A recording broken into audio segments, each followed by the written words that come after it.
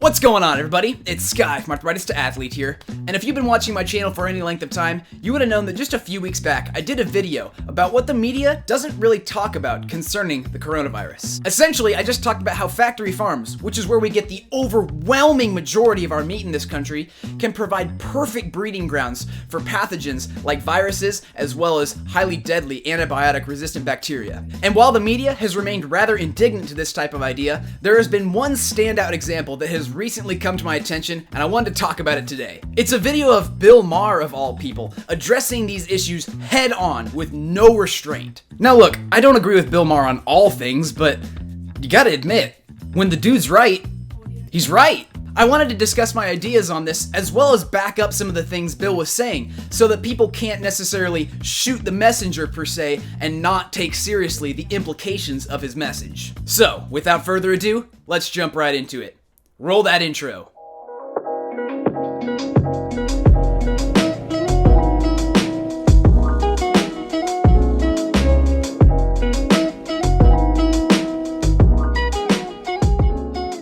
Because torturing animals is what got us into this mess. That's the lesson we keep refusing to learn. That you can't trash the environment, including animals, and not have it come back and kill you. I echo all of his points here.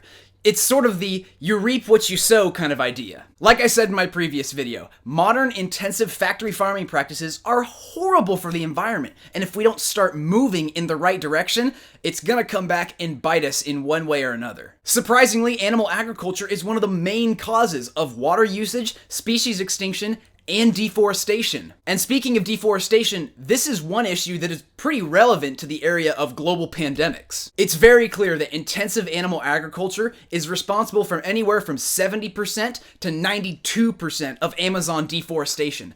That's freaking huge! And according to the World Health Organization, as well as the FAO, this is a major driver in the emergence of zoonotic diseases, aka what we're dealing with right now. This absolutely massive amount of deforestation puts not only humans, but also livestock that they're occupying that land in contact with the native wildlife that they've never seen before. And this can create a lot of opportunities for cross-species spread, which is exactly what caused, you guessed it, the coronavirus, which we're dealing with now. 2 weeks ago, I called out China for reopening their wet markets, and miraculously, people from both sides of the aisle reached out to say, good for you for saying that. Well, here's another hot take that may not be as popular. America's factory farming is just as despicable as a wet market and just as problematic for our health. Factory farms have a lot more lobbyists, but ecological time bombs tick the same. Now, before he goes on here, I want to point out something that's very important to understand. You know, anytime I try to bring up this issue to anybody, this whole xenophobic attitude comes up and they're all like, it's all China's fault. They got us into this mess with these crappy live animal markets. They're disgusting and they need to be shut down right now. And look, they're absolutely right. But factory farms are just as disgusting. But even if that wasn't the case, the United States has live animal wet markets as well. I mean, the hypocrisy here is just ridiculous. But I can't fault them for it because nobody's talking about these things. Nobody's talking about the 80 live animal markets that exist in New York City alone. Yes, you heard that right. This completely baffled me when I first heard it. And you know what baffles me even more? Is we're having petitions to close them. It's like we're uncertain if we should. So this whole xenophobic attitude of wet markets are only existing in China and these things can only come from China, it's just ridiculous. And I addressed it in my last video. I mean, go watch that if you want to see all the other reasons. Most, if not all, infectious diseases are zoonotic, meaning they start in animals and jump to humans. Just 2 weeks ago, a fatal strain of bird flu was confirmed in a commercial turkey flock in South Carolina. To thwart the coronavirus, we've been told to create distance, avoid others who are sick, lower stress, and exercise. Are you surprised that diseases flourish among animals when they're forced to live in conditions that are the complete opposite of all of that?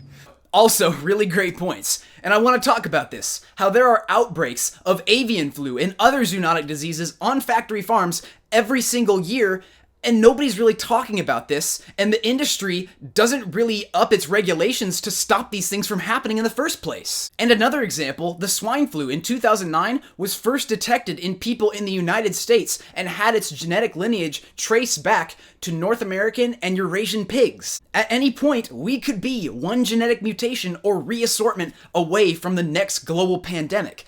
I mean, if this isn't playing with fire, I don't know what is. I've seen airports treat luggage better than we treat animals. Egg-laying hens are starved and given no water for weeks to shock their bodies into molting. Beaks of chickens are removed. I could go on. Have you ever driven by a high-density feedlot? Yeesh. To get relief from the stench, you have to stick your nose in an egg salad sandwich. Jeez, I mean, he's not wrong here. Factory farms treat animals horribly, and this isn't news to most people, but we have to realize that this is not just an isolated case here and there. This is basically standard procedure because it has to be. With the absolutely gargantuan number of animals we slaughter to eat every year, numbering hundreds of billions, you have to treat these animals kind of like, I don't know, things. This isn't going to change because this literally, this has to happen. You can't produce hundreds of billions of animals per year and just treat them all with amazing love and care. And even then, it begs the question, if you kill an animal just to eat it, do you really love and care for it as much as you think you do? It's food for thought. If you think the market in Wuhan is gross, you should visit one of our giant poultry processing factories. But of course you can't, because we have ag-gag laws that make it a crime to report the crime. And it is a crime of animal abuse that goes on in our food industry. Absolutely here. I mean, these ag-gag laws, they're no joke. Essentially, you can't show what's happening inside these large industrial farm complexes without literally breaking the law. It quite literally doesn't even matter if what's happening in there is objectively horrible. If you've ever wondered to yourself if the industry has anything to hide, this is probably a dead giveaway. We're on the cusp of returning to a pre-antibiotic era, where strep throat was a death sentence? Let me put it as basically as I can. If we keep producing food the way we do, you're going to get sick with something medicine cannot fix. Again, a good point here that is unfortunately true. Antibiotic-resistant bacteria are probably one of the greatest threats to humanity as we know it. And surprise, surprise, round about 80% of antibiotics sold in the United States get injected into animals. And if you're not really sold on if this is really an issue or not, the Management Sciences for Health has stated that 700,000 people per year already die from these types of bacteria, and if we don't do anything to stop it, that number could be as high as 9.5 million people a year in 2050. So it's no surprise that the World Health Organization puts this on the list of top 10 threats to global health, up there with the likes of climate change and global pandemics. You don't have to care for the sake of the animals. I wouldn't want to mess with anyone's reputation as a heartless asshole. But do it because animal cruelty leads to human catastrophe. People should take their meandering outrage and focus it on this issue. You keep animals in cages, be they tigers or turkeys, and look who winds up being the prisoner. Wow, what a statement to go out on, am I right? So here's my point in this video. We cannot continue to treat nature, and that includes other animals, like crap and expect it not to come around and bite us eventually. Like I said, you reap what you sow. And if you sow destruction, even if that's among other species and other walks of life, destruction is inevitably going to come back to you eventually in one way or another. So if you think this is gross or disgusting, like pretty much everybody does, I give you a call to action.